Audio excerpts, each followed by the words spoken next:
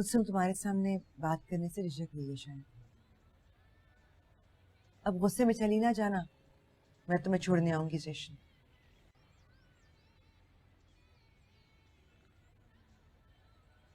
तुम मदीहा हो ना? जी। तो बेटा जो कहने आई हो मेरे सामने कह दो। तुम इससे कहोगी या आकर मुझे बताएगी तो वक्त जाया होगा। और मेरा यकीन कर लो, जाया करने के लिए वक्त नहीं है इसके पास। मैं ये कहने आई थी कि यूसुफ को छोड़ दीजिए प्लीज। मैं भी खाना देकर आई हूँ उसे। मार मार कर बुरा हाल कर दिया है उसका। सर मुंह से खून निकल रहा है और दांत भी दुख रहे हैं। एक एक लुकमा मुंह में डाला तो दर्द से तड़प गया वो। मैं हालत दिखाऊं? नहीं, हालत नहीं देखनी। उसने कहा कि उसे रिहाई चाहिए। नहीं, कभी नहीं कहेंगे। कमबख्त मोहब्बत में गिरफ्तार है तो रिहाई कैसे मांगेगा? उसकी किसी वकील से बात कराओ जो उसे समझाए, वरना मौलवी साहब कह रहे थे कि 5-6 साल की जेल हो जाएगी। शायद डर जाए। नहीं, नहीं डरेगा। फांसी भी मिल गई तो नहीं डरेगा। तो फिर तुम क्यों डर रही हो?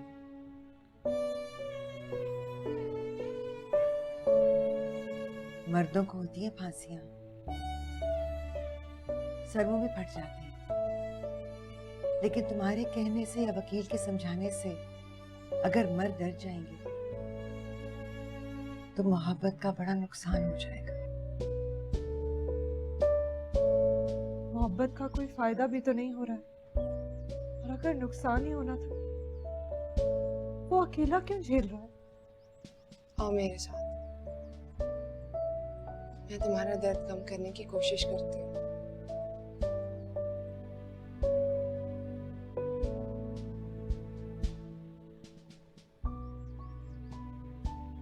तुम रुको, ये दर्द वालियों का मामला है, उन्हें कहने सुनने दो।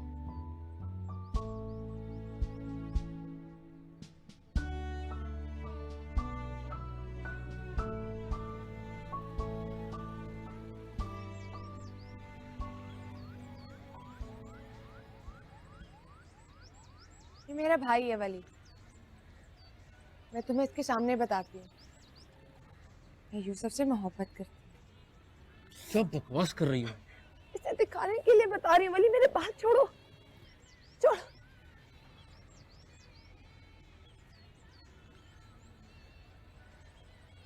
किसी और थाने में और मैं किसी और थाने में। मार तो दोनों को पड़ेगी। किसी का सर मुंह फट जाता है तो किसी का दिल।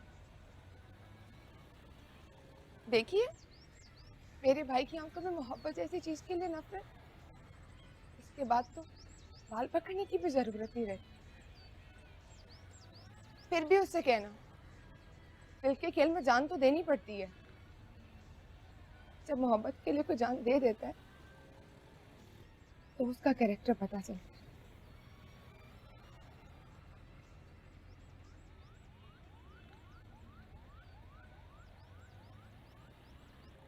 देखो, तुमसे चाय का भी नहीं पूछा और दरवाजे तक छोड़ने आ गई। अब तुम जाओ, अब्बा के आने का वक्त हो गया। कहीं अब्बा के सामने कहना पड़े कि मुझे यूसुफ से मोहब्बत है, तो फिर जो होगा तुम यूसुफ का गम भुला दो।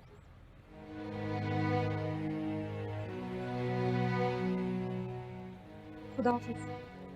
खुदा हाफिज।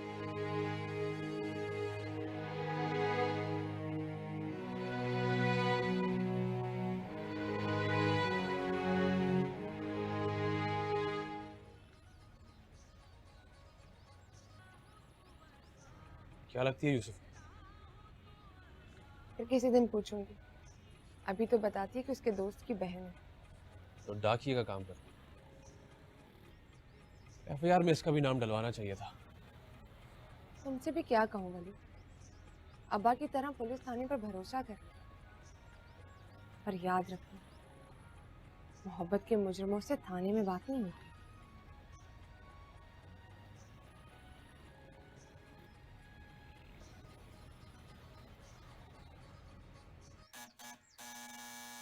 कौन? आंटी, मैं मदीहा।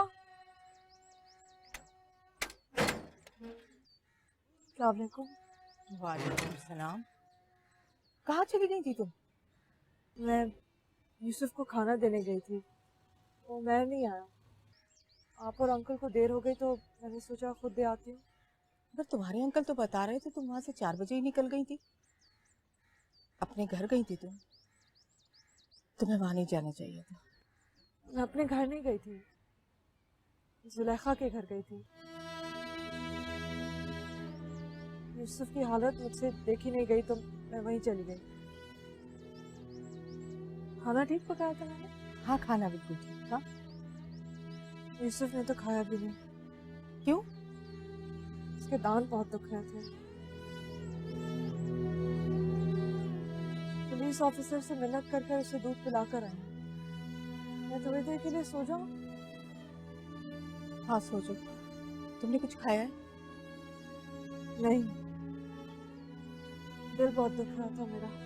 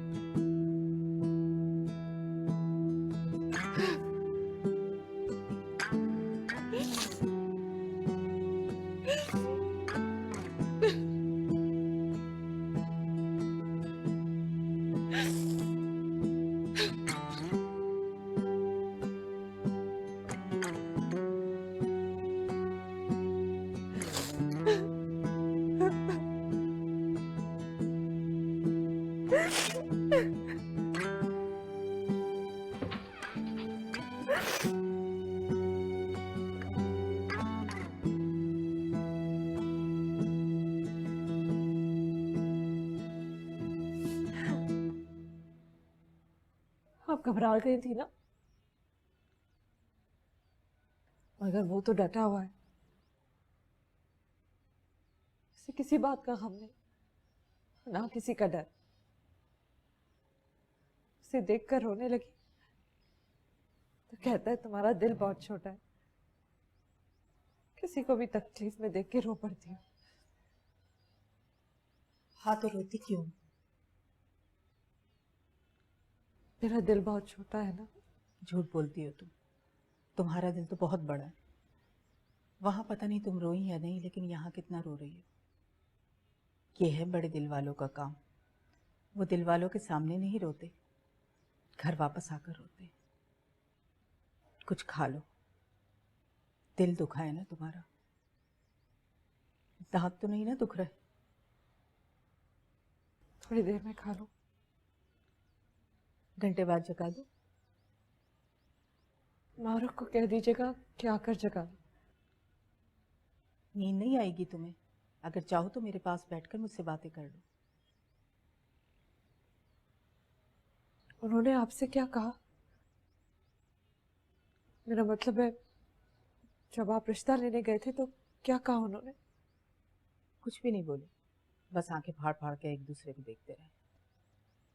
मतलब इनकार भी नहीं किया? इनकार करने की जरूरत ही पेश नहीं आई। तुम्हारे अंकल की जान पहचान निकल आई, और जान पहचान से ही पता चल गया कि वो किस टाइप के लोग हैं। नहीं, जुलेखा, उसकी अम्मी बहन अच्छे हैं। तीनों की किस्मत अच्छी नहीं है, और यहाँ हमारे यूसुफ की बैड लक चल रही है। मतलब बातचीत से कोई नतीजा नहीं निकला, ना कुछ तय हुआ? तय भी हो गया बेटा, और नतीजा भी निकल आया। जुलेखा यूसुफ को किसी कीमत पर नहीं मिल सकती। वो थाने में मार खाए या मर जाए।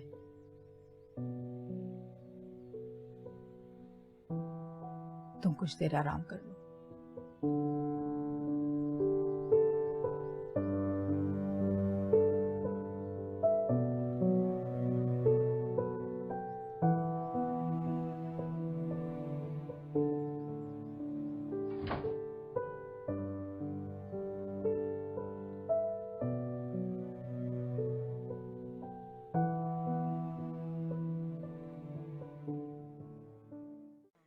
इस तरह का तशद्दुद नहीं कर सकते आप, और आपके तफ्तीशी अफसर को मैं अदालत के कटहरे में लाके खड़ा कर दूंगा और उससे एक एक जख्म का हिसाब लूंगा।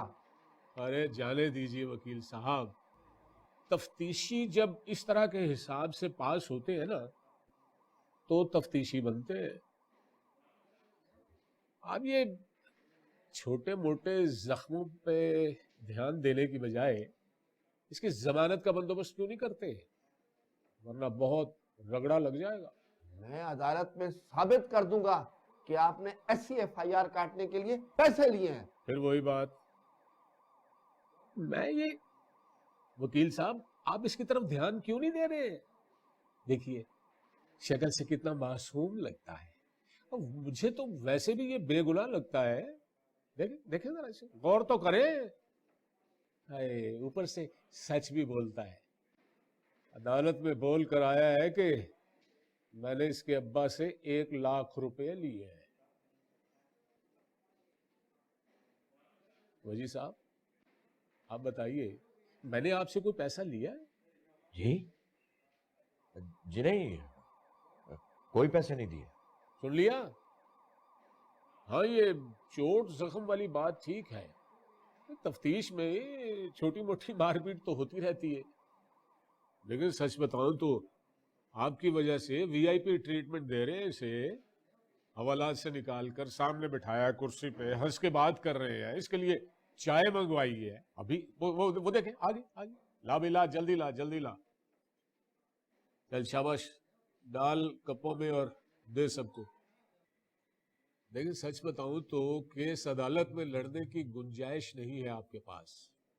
FIR बहुत सख्त है, लड़के को सजा हो जाएगी। तो फिर क्या करना है? एक ही हल है, मुदई पार्टी से बात चलाइए, माफी मांग लीजिए। लेकिन कुछ दिनों के लिए मोहब्बत से दस्तबरदार हो जाए, दिल ही दिल में करता रहे, लेकिन महसूस ना होने दे। तो फिर आप पैसे कितने लेंगे? अरे वकील साहब, मुफ्त मशवरे पे रिश्वत की ऑफर, वो भी बच्चे के सामने तो ना करें ना, इस तरह तो हम बदनाम हो जाएंगे। भाई नकवी साहब, जी सर। बच्चे को ले जाओ, हवालात में बंद कर दो।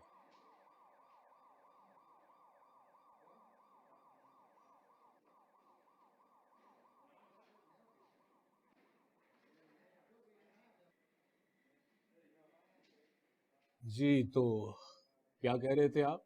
तो फिर SHO साहब, आप बच्चे को बरी करने के कितने पैसे लेंगे? आपके लिए सिर्फ 5 लाख। अब वो जो पहले 1 लाख दिया है, ये उसके अलावा।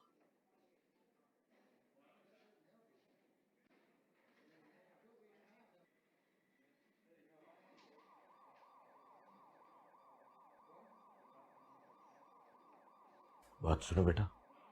वाह,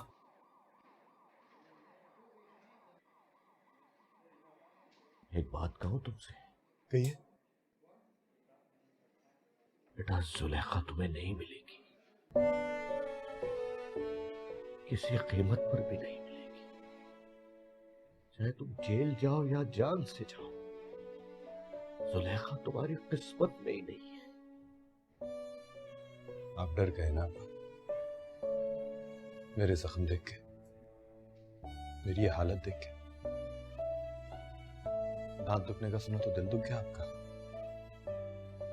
नहीं बेटा, तुम्हारी कसम में डरा नहीं हूं, लेकिन मैंने किस्मत का लिखा पढ़ लिया है। इतनी मार खाने से भी किस्मत नहीं बदलती अब्बा। ना, किस्मत में पहले भी वही हुआ जो लिखा था, और आज भी वही होगा जो लिखा। पहले क्या हुआ था? नहीं, पहले मतलब यह है कि यही होता होगा ना जो पहले से तय है और लिखा हुआ है।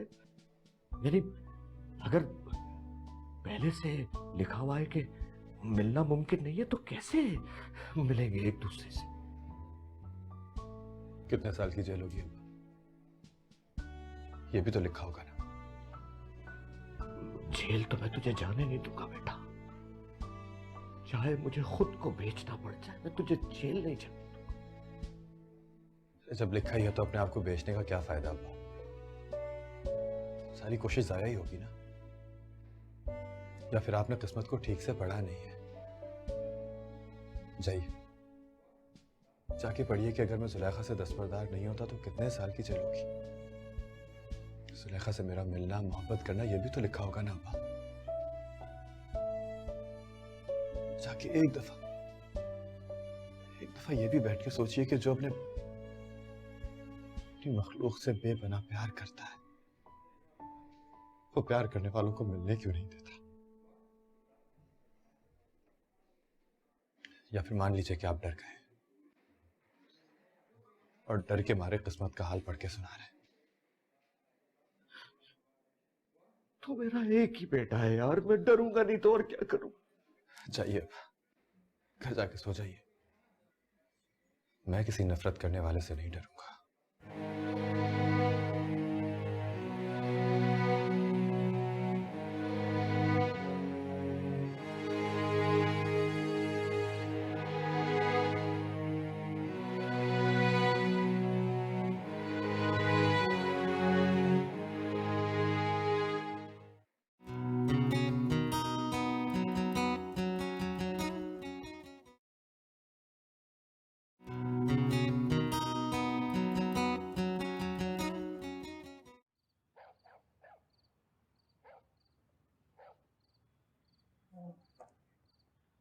भाई ये कुलसूम और अली हमजा नजर नहीं आ रहे।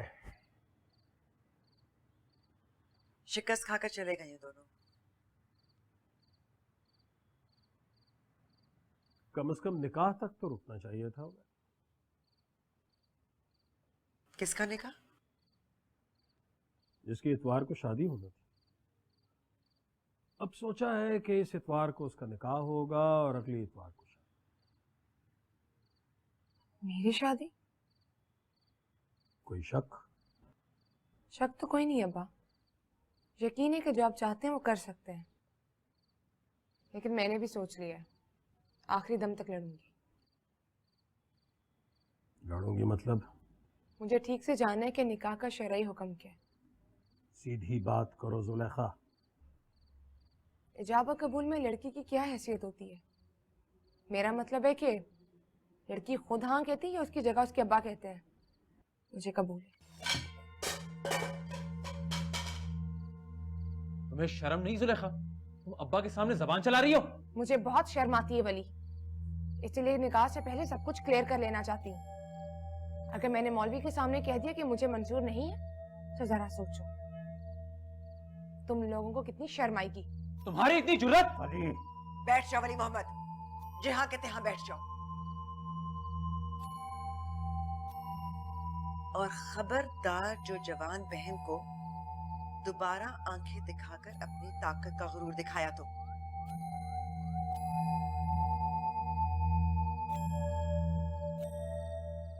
सिंपल सा सवाल पूछा है उसने, और सवाल भी कोई दुनियावी नहीं, एन शरई सवाल। इसे बिस्मिल्लाह करके जवाब दीजिए और बताइए कि निकाह में कबूल करने का इख्तियार लड़की के पास होता है या उसके अब्बा के पास?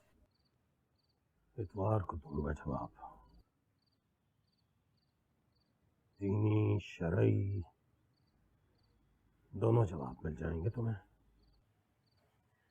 बाप बेटा मिलकर मारेंगे तुम्हें।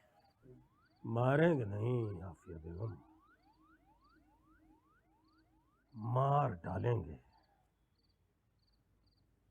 इतवार को अगर इसकी डोली ना उठी तो इस घर से इसका जनाजा जरूर उठेगा। मंजूर है अब्बा। अगर मेरे सवाल का शरई जवाब यही है तो जनाजे की बात कीजिए।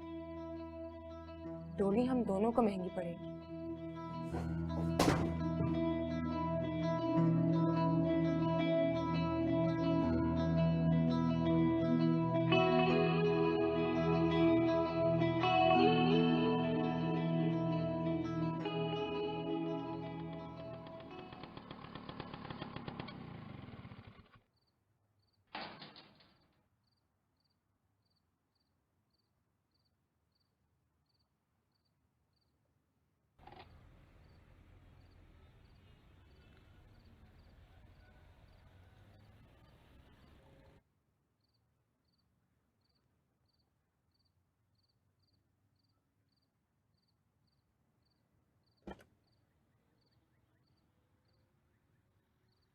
कैसा है वो? जैसा भी है बस डट गया है। मोहब्बत का नाम लेके मुश्किल मुश्किल सवाल करता है। पहली मार पड़ी थी तो मुझसे छुपा कर रखा। सोचता होगा जब मुझे पता चलेगा तो मुझ पर क्या गुजरेगी। अब मैं उसके जख्म देख के डर जाता हूं। तो कहता है कि मेरे दांत भी दुख रहे हैं। साथ ये भी कहता है कि चाहे जेल हो जाए या जान चली जाए, मोहब्बत से बाज नहीं आऊंगा।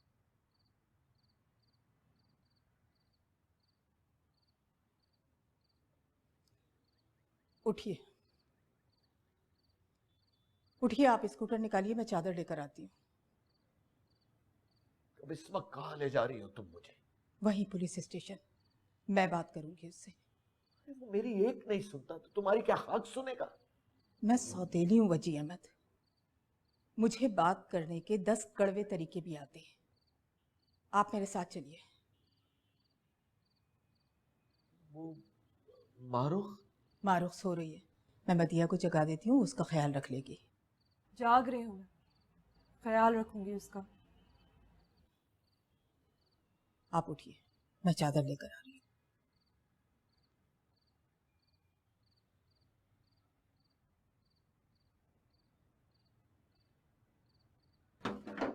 मैं जाग रही हूँ मदिया भी।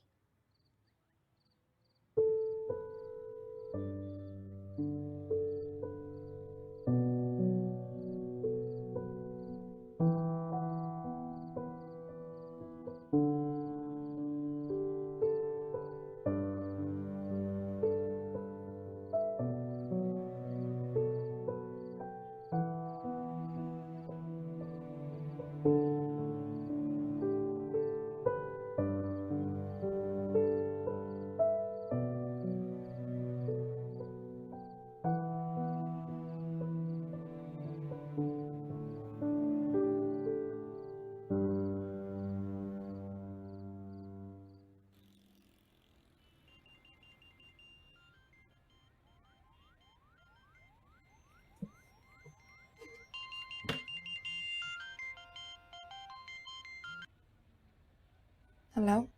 तो क्या सोचा है तुमने? सोचा मतलब? यूसुफ के बारे में पूछ रही हूँ। बताया तो था, यूसुफ से मोहब्बत हो गई है मुझे। बल्कि तुम्हारे सामने वली को भी सुना दिया था, रिएक्शन भी देख लिया था तुमने उसका। अब ताज़ा खबर ये है कि अब्बा ने धमकी दी है, बोले इतवार को तुम्हारी डोली जाएगी या फिर जनाजा निकलेगा, और मैं जनाजे पर मान गई। तुम्हें कोई हाथ भी नहीं लगाएगा जुलेखा। डराने के लिए तुम्हारे अब्बा ने पुरानी धमकी दी है तुम्हें। क्या मतलब? पहले भी वो तुम्हारी खातिर पुलिस स्टेशन जा चुका है, तुम्हारे लिए मार खाई है उसने। बताओ जरा, तुम्हारे साथ क्या हुआ? तब क्या हुआ था मुझे? तब तो मुझे उससे मोहब्बत ही नहीं थी। तो चलो मोहब्बत के बाद की रौदात सुना। एक थप्पड़ भी पड़ा है तुम्हें? किसी ने प्लेट उठाकर तुम्हारे सर पे मारी है? कोई जख्म आया है? कोई दर्द हुआ है तुम्हें? चलो यही बता दो, खाना खाते हुए तुम्हारे दांत दुखते हैं? नहीं ना? तो अब उसके बारे में सुनो। जख्मों से चूर है वो, ना ठीक से बोल पाता है ना ठीक से चल पाता है। सर मुंह की चोटें देखो तो लगता है मोहब्बत के ऊंचे मनार से मुंह के बल गिरा। यहाँ तुम्हें धमकियां मिल रही हैं, वहां उसे सजा मिल रही है। तो मैं तुमसे पूछती हूँ जुलेखा, मोहब्बत एक तरफा नहीं है तो सजा एक तरफा क्यों है? अरे रुको तो सही, चप्पड़ चप्पड़ बोली जा रही हो बस। तुम ये क्यों समझती हो कि चोट उसे लगी है तो दर्द बस तुम्हारे कलेजे में उठ रहा है? मैं भी तड़प रही हूँ मदीहा, कहीं उसके बराबर तो कहीं उससे ज्यादा। यहाँ वाली हंसकर बता रहा था, साले को मारो तो मुंह से सी नहीं निकलती। पता है उसके मुंह से सी क्यों नहीं निकलती? क्योंकि मेरे दिल से चीख निकल जाती है। मेरे सर और मुंह पे जख्म के निशान मत ढूंढो, उस एक चीख की आवाज सुन लो बस। उसकी आवाज सुन के तो मेरे अब्बा का दिल भी दहल जाता। फोन रखती हूँ, और प्लीज जब उसके लिए तड़पो तो मेरे लिए भी दुआ करना।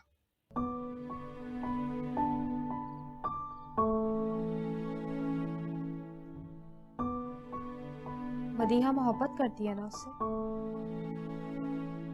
हाँ।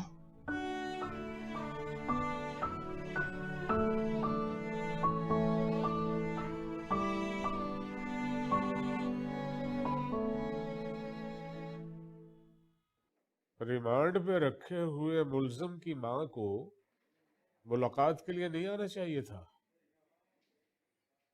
अब वो उसकी हालत देखेगी तो झोली उठा के हमें बद्दुआएं देगी।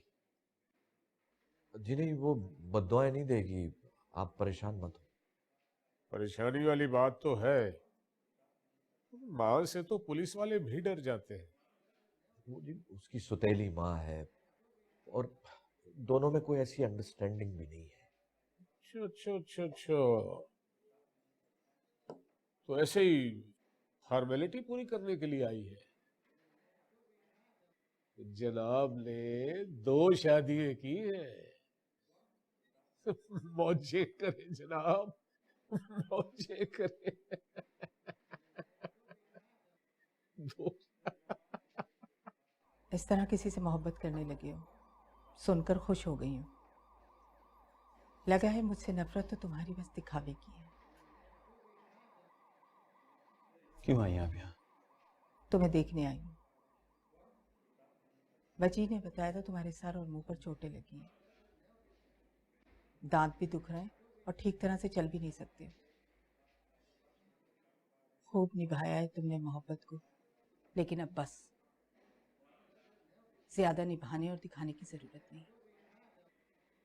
यहां से अपनी जान बख्शी करवाओ और लौटकर घर आओ बेटा। आपसे तय हुआ था कि आप मुझे बेटा नहीं कहेंगे। तय तो ये भी नहीं हुआ था कि तुम मुझे इस तरह तड़पाओगे। समझो तो तुम्हारे अब्बा का गम देखकर तड़प गई। तुम उस बाप की तकलीफ का अंदाजा नहीं कर सकते जिसका अकलौता बेटा जख्म खाकर हवालात की सलाखों के पीछे खड़ा हो। वो घर आए तो रो रहे थे, एक आंसू गिरा तो मुंह छुपा लिया, दूसरा गिरा तो हथेली से पहुंचकर बोले, यूसुफ जैसा भी है डट गया है नुदरत। और मैं तुम्हें यहां ये कहने आई हूं, बेकार की जिद पे डट जाओगे तो तुमसे मोहब्बत करने वाले सब लोग टूट जाएंगे। अब्बा को सब बता दिया है मैंने, उन सब बातों का जवाब लेके गए। तुम्हारे अब्बा ने भी तुम्हें कुछ नहीं बताया, या तुम्हारा जवाब सुनकर ऐसे बन गए जैसे लाजवाब से हो गए। मैं जानता हूँ वो डर गए। FIR बहुत सख्त है मेरे खिलाफ। उनको लगता है मुझे जेल हो जाएगी। उन्होंने तुम्हें ये भी नहीं बताया कि तुम्हारी शादी जुलेखा से नहीं हो सकेगी, चाहे तुम्हें जेल हो जाए या हमारी जान चली जाए। हाँ, ये तो कहा था उन्होंने। डर गए हैं तो अब किस्मत पे यकीन आने लगा। बोले जुलेखा तुम्हारी किस्मत में नहीं है। और तुम क्या समझे उन्हें किस्मत पर यकीन आ गया है? ऐसा नहीं है यूसुफ, उन्हें हालात पर यकीन आ गया। आज उन्होंने एक ऐसा वक्त भी देखा है जिसकी शक्ल किस्मत जैसी थी। फैसला कुन 2 टोक जैसे लिख दिया हो कि जुलेखा यूसुफ को नहीं मिलेगी। उस वक्त को मैंने भी देखा है और ये मान कर आई हूँ कि जुलेखा तुम्हारी किस्मत में नहीं है। आप उसके अब्बा को मिली होंगी ना, उनको देख के यही लगता है। अरे नहीं, हम तो उनके अब्बा से मिले भी नहीं, हम तो सिर्फ उनकी अम्मी से मिले। तुम्हें पता है कौन है? कौन? तुम्हारे अब्बा की जुलेखा। तुम्हारे अब्बा के साथ यूनिवर्सिटी में पढ़ती थी। आज भी तुम्हारे अब्बा की पोटली में उनके खत है। एक दफा मेरे हाथ लग गए तो खूब लड़ाई हुई। लड़ाई क्या हुई, मैं बोलती रही और वो सुनते रहे। मैं चुप हुई तो बोले, बताओ मैं इनका क्या करूं, जला दूं? मैंने कहा हाँ जला दो। उन्होंने वो खतूत मुझे दिए और कहा तुम अपने हाथ से जला दो मगर पोटली ना जलाना। पता है, वो पोटली तुम्हारी अम्मी ने सी कर दी थी उन खतूत को संभालने के लिए। मैं तो शर्म से जैसे मर गई। मैंने वो सारे खतूत संभाल कर अपनी अलमारी में रख दिए। अब बताओ जुलेखा तुम्हें मिलेगी या नहीं? शेख साहब के जीते जी ऐसा कभी नहीं हो सकता। उन्होंने आफिया का गुरूर तोड़ने के लिए ही उससे शादी की थी, ये जानते हुए कि वो किसी और से मोहब्बत करती है। मोहब्बत का खून करने की उनकी पुरानी आदत है। वो जुलेखा के टुकड़े करके समंदर में बहा देंगे, लेकिन वजी अहमद के बेटे को उसका रिश्ता कभी नहीं देंगे। मैं तुमसे यही कहने आई हूं कि जब तुम्हें जेल जाकर भी कुछ नहीं मिलेगा तो अपने बाप से उसके अकलौते बेटे को क्यों छीन रहे हो? मैं तुम्हारी सौतेली मां हूं, लेकिन सगी बेटी की कसम खाकर कहती हूँ कि उससे तुम्हारी ये हालत नहीं देखी जाती। मेरा रोम रोम खाली है, मेरे सारे ख्वाब जाली ने, मेरे कोल आ दिल नो समझा तू मेरा नहीं।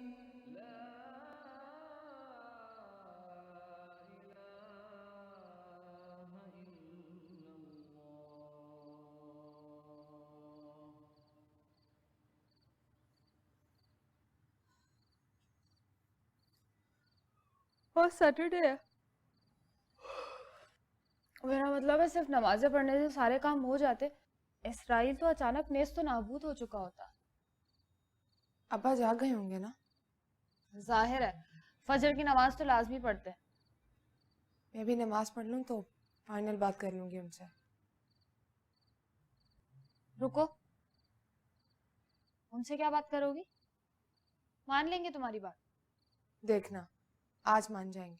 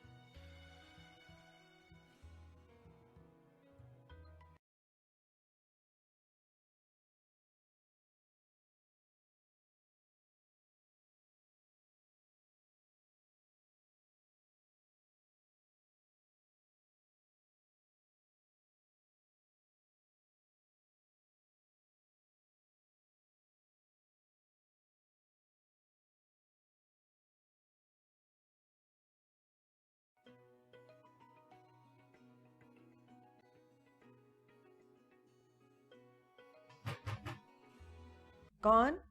मैं हूँ। आ जाओ।